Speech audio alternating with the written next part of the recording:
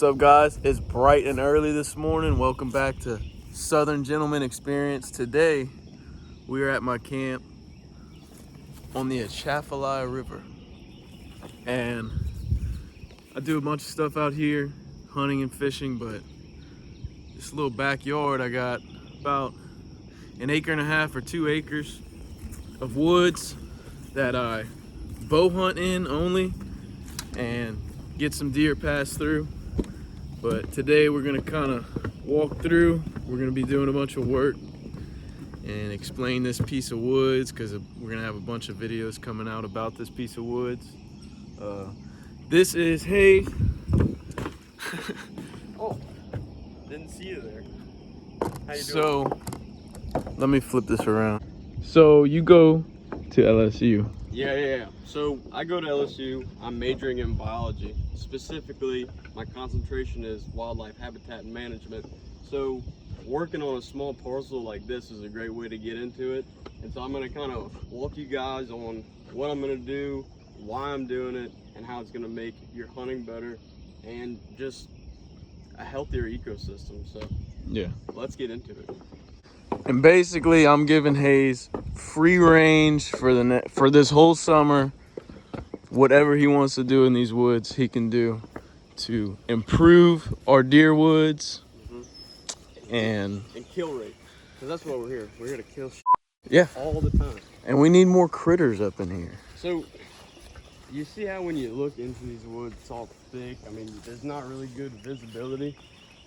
What we're gonna do is we're gonna come in here and take all the trees, probably anywhere from 4 to 1 inch in diameter, and we're gonna open up that tree canopy.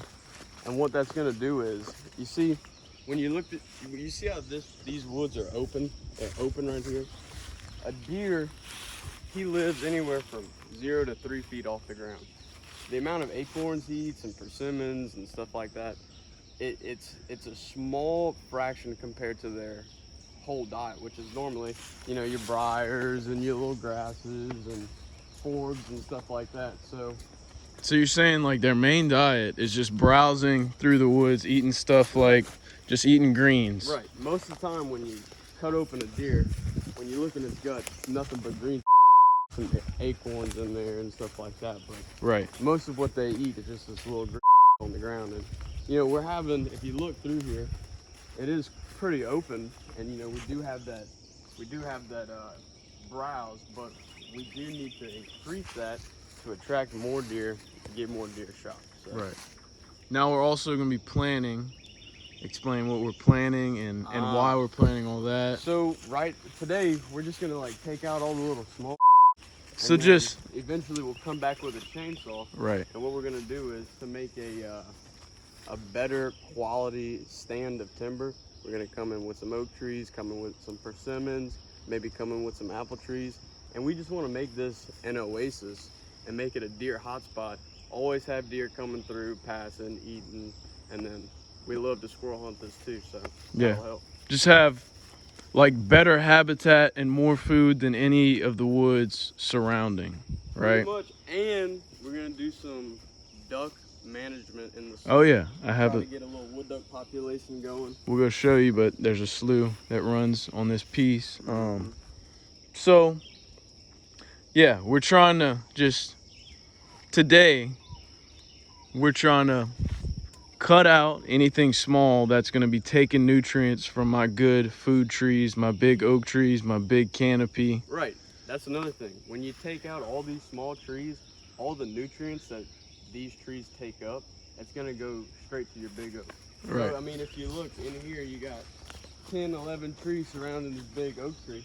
Right. Once you take all it out, you're going to have better tasting acorns, you're going to have more acorns, and that canopy is going to open up, make the tree bigger. So yeah, and that applies to everything. Definitely. So yeah. Cool. Stay tuned. All right, so this is like my deer spot. This is where I do my bow hunting. Now keep in mind, I've only had this camp for one. We bought it last summer, so just one hunting season. Shot 2 doe out of it last year. This tree right here that's kind of cleaned up, that's my bow spot where I hang my stand. And this is where I put my feed. You can see my camera right there. Communication post that they use very frequently. And I just usually, I mean, you can see, look at all this empty acorn that I dumped out. But deer be coming from this way. Here, this slough is sometimes dried up. They'll cross right there.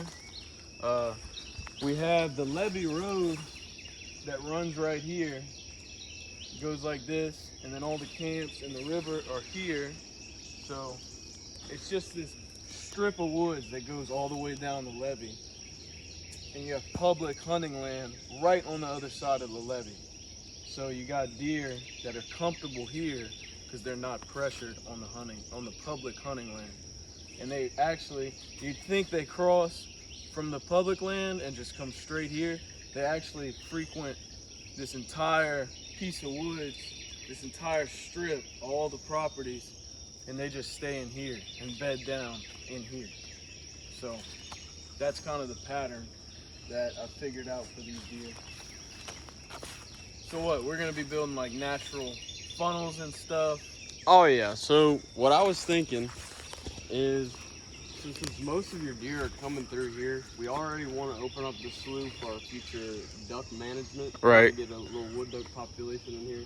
But I'm thinking we start with this strip, get a little time-lapse video, and then you'll see how much this will open up everything. Because especially in here too, we're gonna get all this kind of cleaned up in front of your stand too. So Right. It'll look good, but let's get to it. Let's get to it. Start cutting. Let's start cutting.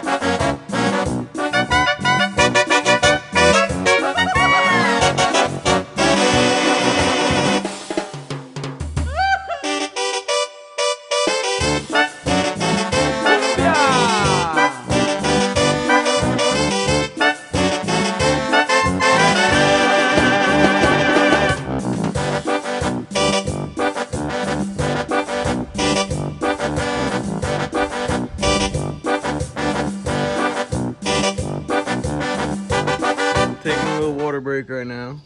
So, what is your 5-year or your 10-year plan for this piece of woods?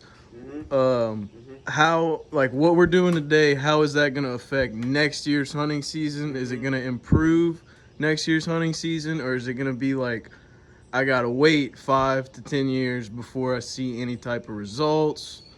Give me a little run around. So, okay, so 5-year plan, get all out, get our oak trees producing a lot of acorns, quality acorns, and then also establishing our like little orchard that we're gonna kind of mix in with the natural trees. So we're gonna have our apples, our persimmons, our sawtooth oaks, our pears, peach, whatever we want. Right. Plant it in here, get it established. Now they're not going to be producing in 5 years. That's more of like your 10-year plan, because unless you go out and buy your trees like we're going to do here a little bit, they're not going to start producing until they're about 5 years old. Get them from the I think those, so I got like, not to cut you off, no, you good. but I got like 70 or 80 persimmon trees that are saplings right now, like 6 to 8 inches. Right. We can even do a whole video on all that. Right. But I got persimmons out of the swamp, planted them, and they're growing right now. So next year we're planning on planting about 70 to 80 of those. Right. And apparently I was told those are going to be producing in about 2 or 3 years. Yeah, they just So- they need to get established that it does take a while for them to produce. Like the persimmon, the Asian persimmon that I have in my backyard. Right. When I got it, it was probably like 2 or 3 years old, and it was making fruit probably age 4. So Right. 4 or 5 is when you're really going to start seeing them produce, but they're not going to be producing a lot. Okay. When they start producing a lot, like most of the trees that you see in the woods, those trees are 15, 20 years old. So Right. I mean, Right. but you are going to get stuff producing, and then now that we've started cutting the woods, there's going to be more nutrients for the oak trees, but over time you will continually add the amount of forage that is on your parcel, on your piece of property. I mean, over time, the more you put in, the more you're going to get out. And then this is just going to be a greater hotspot every single year, because every single Right. year you're going to be putting more pounds of food per acre on your piece. And Yeah. So Kill like more this deer. year, we're doing a really big cut right now, but in years to come, we'll still be doing cuts. We'll just come and do a little small. Yeah, just a little maintenance. Just Little small, maintenance. just any trash, little small 1-year-old, 2-year-old trees Yep. that aren't doing anything good. Take that out Yep. and keep it managed that way. So what do you think? Will it improve my next year's hunting season? What we're doing I think today? so. I think so, because not only are we like taking trees out, but we're also kind of strategizing and putting those trees that we fell in certain locations to create screens and to create corridors, have better shots. So it's definitely going to affect next hunting season. And you're going to have more forage. You're going to have more forage. You're going to have more grasses. Forage as in greens and grass. Greens. And so the thing about oak trees is like, when they're affected, they have a delay. So say we have a freeze this year, an early freeze. Yeah. The following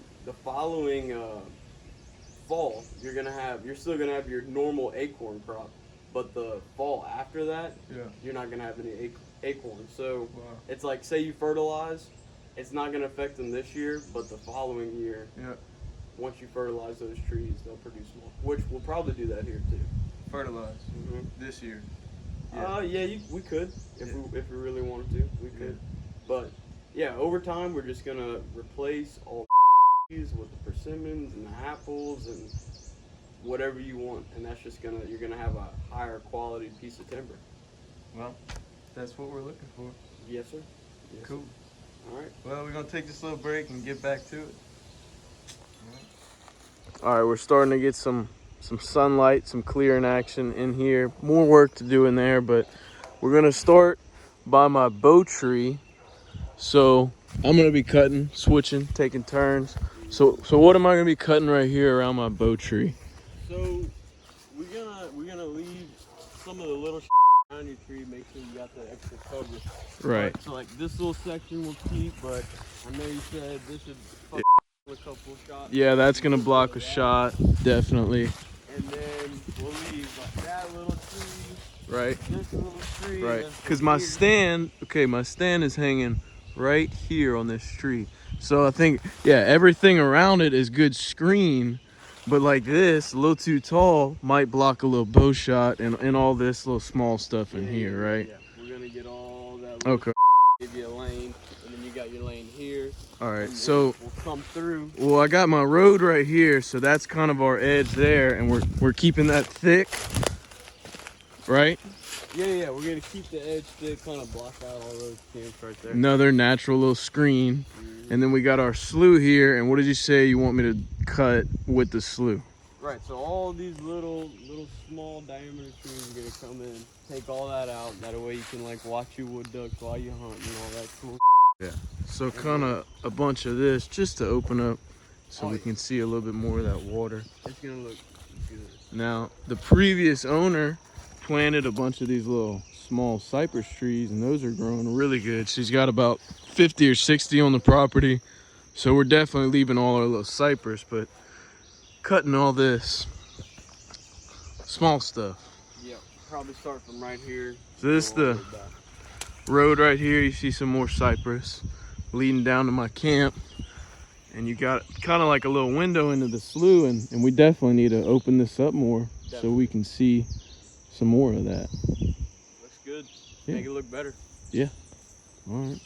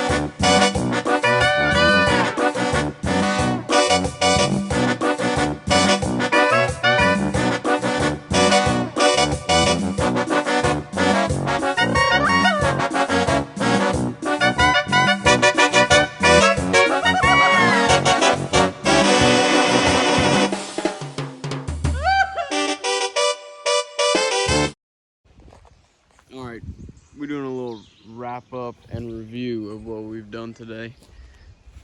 So came in here, opened up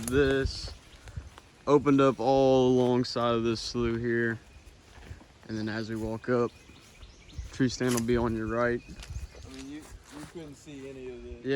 Yeah. I mean, opened up that big time. Yeah. Even on here on this edge, and then straight out in front. Nice.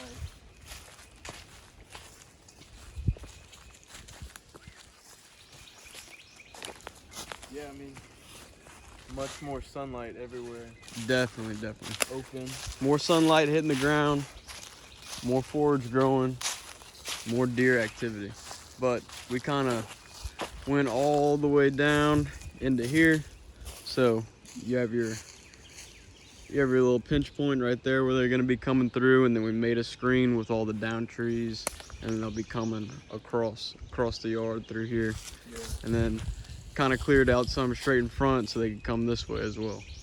But The trees that were too big, we're waiting for them to dry out. Like next week, I'll come and chop those up, get everything super cleared up and cleaned out even more, and then we'll just kind of wait and see how everything looks when it starts growing up. and that's about it for now. I guess we could do a little walkthrough for us. So over here we got a super big spot. That we do. How open everything is. It's really nice. Right? I like it. But all this down stuff, gonna be clearing all that out some more. And planting. Yeah. What we gonna plant? We're gonna plant some apples, some persimmons, all kind of stuff. You know, we left the little oak trees here and there because those are gonna grow up. But Right here we could plant 5 or 6 fruit trees. definitely, once we get all this trash Or moved out, persimmons, you know. right? And we did talk about going even further, but undecided as of now. But I think that's gonna wrap it up for this habitat management video. But Yeah, stay tuned. We're gonna be probably filming some bow hunts in this very piece, and just everything that we do with this piece.